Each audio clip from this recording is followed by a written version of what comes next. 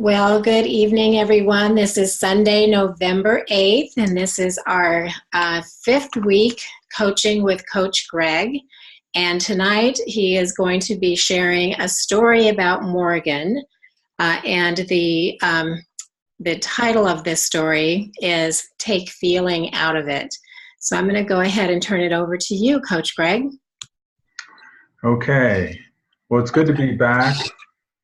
And since we missed last week, I wanted to review what we have covered so far because this week's story builds on the first 4 weeks. The first week was Anna, and the concept was just start swinging. The second week was the story of Shannon, and it was start swinging with your regular swing. Shannon showed up and thought I would explain to her how to swing, and she would have a good swing.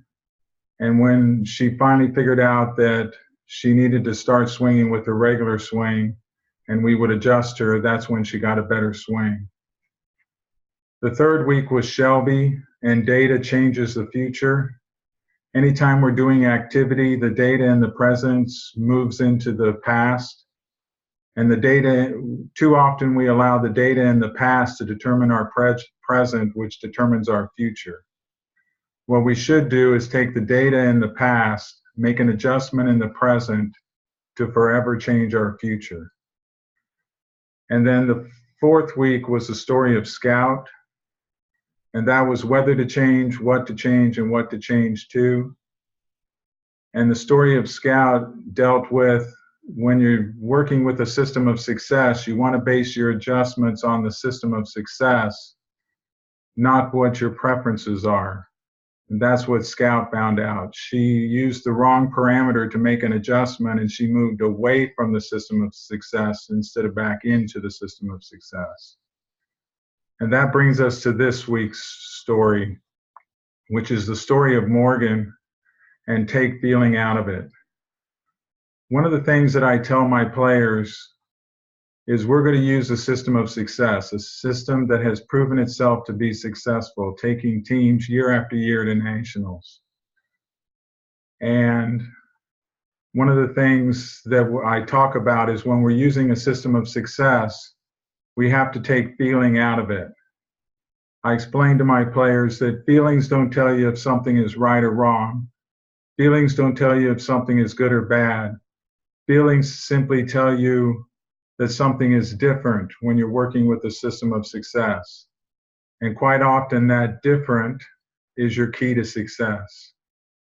Another rule that I had with my players was when they showed up to practice, they had to be prepared to become uncomfortable because we weren't going to work on the things that we already had down pat. We were going to work on the things that needed to be improved, and that meant we were going to become uncomfortable. And that's where the story of Morgan comes in. Morgan started taking pitching lessons from me when she was 10. By the time she was 12, she had developed into a very good pitcher, a fastball that she could locate with precision, a very good, devastating changeup, and a drop ball. Then one Sunday evening in the middle of June, I got a call from her dad. He said, "Coach, do you have a second?" I said, "Sure, what's up?" He said, "It's Morgan. She pitched a game Friday and she was fine. She pitched a game Saturday, she was fine. We started her Sunday today. She walked the bases loaded, threw only 1 or 2 strikes. We had to take her out. We started her the second game. She walked the bases loaded again, threw only 1 or 2 strikes. She doesn't know what's wrong. I don't know what's wrong. Her coach doesn't know what's wrong. We need to get her in and get this fixed." I said, "I have an opening on Tuesday." So when Tuesday came, Morgan arrived and warmed up. And then when it was time for her lesson, I explained to her that this lesson was going to be different than most lessons. Most lessons, we warmed up all the pitches and worked on different aspects of the pitches. But Morgan was in our system of success, and she was pitching successfully, but now she was having a hard time throwing strikes, which meant some technique in her pitching had drifted outside the system of success. So I told Morgan I was going to have her throw pitches, and when I determined what part of her pitching process had drifted outside the system of success, I would have her make an adjustment. And this was the important part. It probably wasn't going to be comfortable, because if it was comfortable, she'd already be doing it. Instead of doing what she was supposed to do, she was doing something else that was more comfortable. Morgan started throwing pitches. She threw about 7 or 8 pitches. I figured out what the issue was, and I told her, your stride foot is 3 inches too far to the left. You need to move it 3 inches to the right. I'm standing behind Morgan so I can line up her stride. She throws a pitch, her foot's in the right place, strike. Second pitch, foot in the right place, strike. Third pitch, foot in the right place, strike. Now you have to get a picture of this in your mind. In the last 2 games Morgan pitched, she walked every batter and only threw 1 or 2 strikes in each game. I have her make 1 adjustment. She throws 3 strikes in a row, and after the 3rd pitch, she walks back, looks at me and says, how long do I have to do that? It doesn't feel comfortable. I said, well, Morgan, you've got a decision to make. You can be comfortable and throw balls, or you can be uncomfortable and throw strikes. The decision is yours. But before you make that decision, you need to know something else. You've shared with me that your goal is to pitch in high school, and your ultimate goal is to pitch at the collegiate level.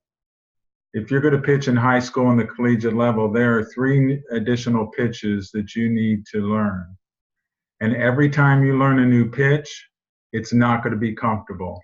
And every time you learn to throw that pitch in a new location, it's not going to be comfortable.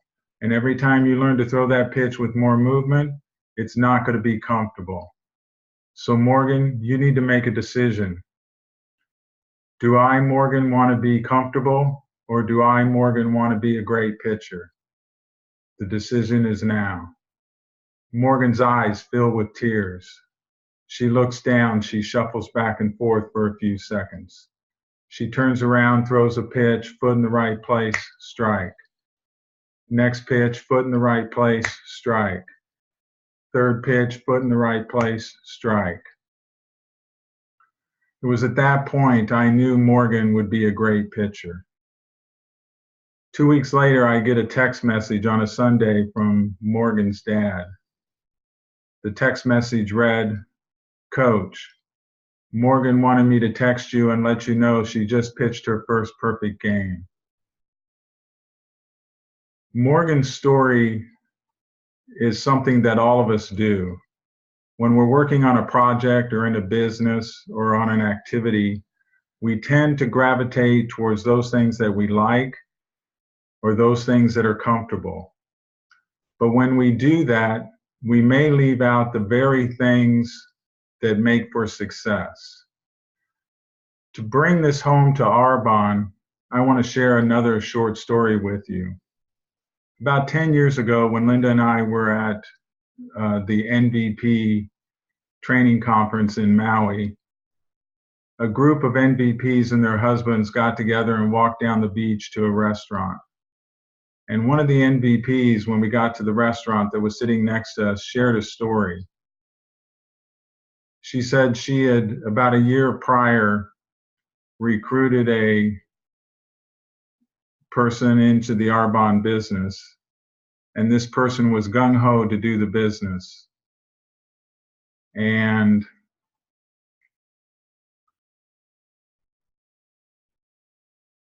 I lost my train of thought. She was gung-ho to do the business, and so she asked for a system. What system do I use? And the NVP, now wanting to make the decision for her, gave her 3 systems and said, read through these and pick one of them and do it, and we'll talk in a week or so. Well, a week goes by and there's hardly any activity, so the NVP contacts the consultant and says, which system did you choose? And which system are you using? And the consultant said, oh, I'm not using any one of the systems. I went through all the systems and selected the best parts of it, and I made my own system. And the NVP said, you didn't make a new system. You simply chose what you liked and left out what you didn't like. The problem is what you didn't like was as important to success as what you did like. So scrap that system that you created and choose one of the systems and go with it, either system 1, 2, or 3. By the end of the month, that new consultant was in qualification for district.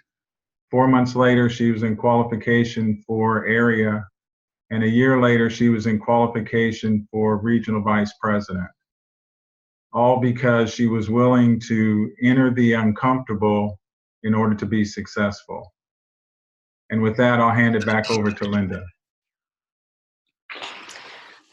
Thank you, Greg. I love this story because it applies so well to our business, and taking feeling out of it, because especially with so many women in the business, we tend to wear our emotions on our sleeve, and this helps us understand that in order to stay in the system of success, we do have to take feeling out of it and get uncomfortable. And I love that. I do remember having that conversation with a couple people actually in Maui regarding, people wanting to, glean the best of the system and, and do what's comfortable rather than what's uncomfortable. So basically our system of success is to basically share, sell, and sponsor. That's the system of success. How you do that is really up to you. I mean, it's opening your mouth and sharing, what you love. So being a product of the product and believing in, what you have, understanding the business so that you can share that with people, and then selling it. We've got to move product and then sponsor people into the business. So that is basically the system of success. And there's lots of reach out methods, a lot of, I think people get systems mixed up with reach out methods. So, and I've talked a lot about, working in the area that energizes you. And that's, that combination is a system of success. And you're going to, be more productive and effective when you are doing what energizes you in the context of, doing the system, and then can just keep doing that. And sometimes most of the time we have to get uncomfortable, but continue to do what we did to get where we are, not to arrive at a certain level and then change it up. It's out, you get out there and keep doing it. So do you have, let's see, we have a comment here. Thanks, Samantha. So is there anything else, Greg, that comes to mind, in sharing this story, or anything else that you can think of before we close out here? Well, I shared this story of Morgan because it's a very powerful one. And she was young enough that she was honest enough to say, do I have to keep doing that? But what I found with my older players is they think the same thing, but they know better than to say anything. But yet they're still operating from the same stance. I had a pitcher who was 16 or 17 that went through the same process that Morgan went through. And when I told her she needed to make a decision on whether she wanted to be uncomfortable and throw strikes or comfortable and throw balls, her response to me was, well, if the only way you know how to teach me to pitch is to be uncomfortable, I guess I'll have to be uncomfortable. Now all of a sudden it became my fault, not because that's the system that had to be used. So what I would say is a lot of times we're thinking what Morgan was saying, but we try to find reasons to wiggle out of it, when in reality we just need to enter into the system of success, and there's going to be portions that we like and portions we don't like, but it's the entire system that makes for success. Yeah, so there's another saying that we used to say a long time ago, that I know there's a lot of new people in Arbonne, but eat that frog first. So do the hard stuff first, and get that out of the way so that you feel it. Actually, when you do that, you get so much more done because you just did it. And so many times we waste so much than just doing the do. So eat the frog first. So get the important things that are uncomfortable done, like picking up the phone, texting, doing the things that need to get done, and then everything else will fall into place.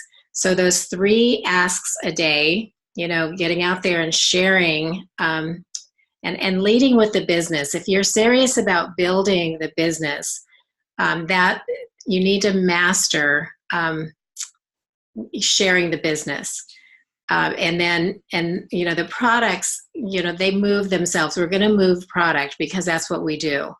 And so, really focusing on sponsoring, who can I bring on board to duplicate what I'm doing? Who can be a stronger voice, alongside me so that we can grow this together, and change the world together. So it's focusing on doing that every single day, that consistent habit, of getting the uncomfortable done. And then again, you're going to look back and realize, oh my goodness, how did I get up on stage at GTC? That's going to be a surreal moment, realizing I just did the uncomfortable, just went out there and kept doing it. So I hope that helps. Anything else, Greg, that you want to share before we? No. I think I've shared for this evening. All right. So next week, do you have your title for next week? Next week is the story of Emily and No One Gets to First. It's about goal setting. So, okay, I had a different one.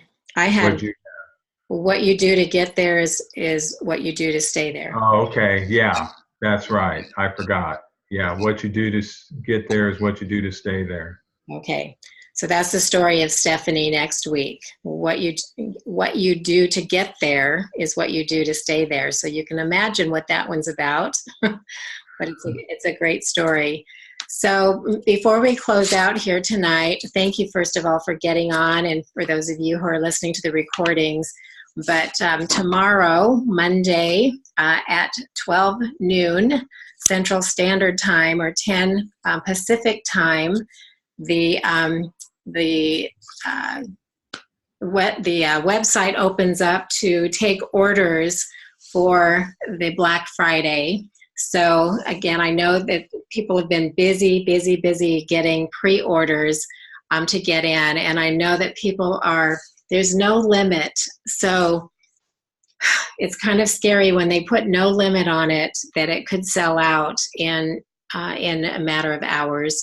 So just make sure that you're ready to pull that trigger to get on there and at least get what, your pre-orders ordered and enough for you, so that you have, some in stock to sell, because once it's gone, it's gone.